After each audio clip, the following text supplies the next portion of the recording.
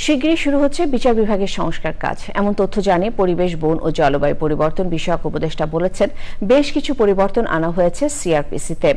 প্রধান উপদেষ্টা press wing এর সংবাদ সম্মেলনে আরো জানানো হয়, গ্রামীণ ব্যাংকের সরকারের মালিকানা কমানো হয়েছে, বাড়ানো হয়েছে কেন্দ্রীয় ব্যাংকের ক্ষমতা। মোস্তফা মল্লিকের রিপোর্ট। প্রধান উপদেষ্টার তেজগাঁও কার্যালয়ে উপদেষ্টা পরিষদের বৈঠক। অন্তর্বর্তী সরকারের প্রধান উপদেষ্টা অধ্যাপক মোহাম্মদ ইউনুস বৈঠকে সভাপতিত্ব করেন। বেশ কিছু গুরুত্বপূর্ণ বিষয়ে নীতিগত অনুমোদন দিয়েছে পরিষদ। বৈঠক শেষে রাজধানীর ফরেন সার্ভিস একাডেমিতে প্রধান উপদেষ্টার প্রেস উইংয়ের সংবাদ সম্মেলন।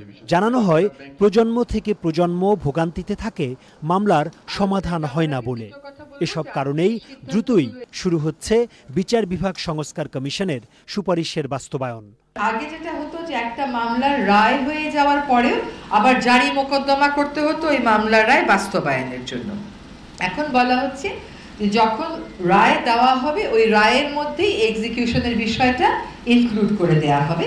আমরা সমন জারিটা এখন থেকে টেলিফোনের মাধ্যমে, SMS এর মাধ্যমেও করতে পারবো।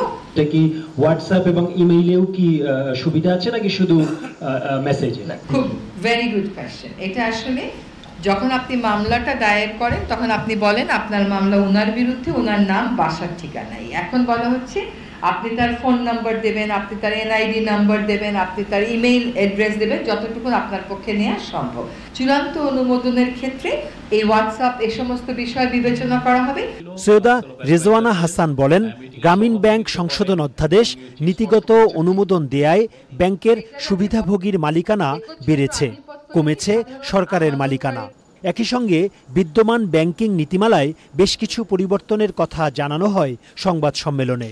আমাদের একটা শিল্প গোষ্ঠী কর্তৃক কিভাবে কয়েকটা ব্যাংকের উপর একচ্ছত্র নিয়ন্ত্রণ প্রতিষ্ঠা করে কত টাকা এই দেশ থেকে সরিয়ে নেওয়া হয়েছে এবং তহবিল তছরুপ করা হয়েছে, ওই জিনিসটা ভবিষ্যতে যাতে আর না হতে পারে সেজন্য কর্পোরেট সেক্টরে, ব্যাংকিং সেক্টরে শৃঙ্খলা আনার জন্য, জবাবদিহিতা আনার জন্য, আমানতকারীদের স্বার্থ সংরক্ষণের জন্য এই ব্যাংক রেজুলেশন অধ্যাদেশ পাশ করেছি। গ্রামীণ ব্যাংক পরিশোধিত মূলধন আগে ছিল সরকার 25% আর যারা বেনিফিশিয়ারি তারা 75%, এখন হয়ে গেছে 10% এবং 90%। গত 15 বছর দেখেছি যে ব্যাংকে একদম দিনে দুপুরে যে ব্যাংকের যে লুটপাট, আমার আপনার যে আমানতের টাকা এটা নিয়ে বিদেশে চলে যাওয়া, সেটাকে বন্ধ করার জন্যই আসলে এই ব্যাংক রেজুলেশন অ্যাক্ট এটা করা হচ্ছে। সংবাদ সম্মেলনে জানানো হয়, অর্থনৈতিক অপরাধ যারা করেছেন তাদের বিচারের জন্য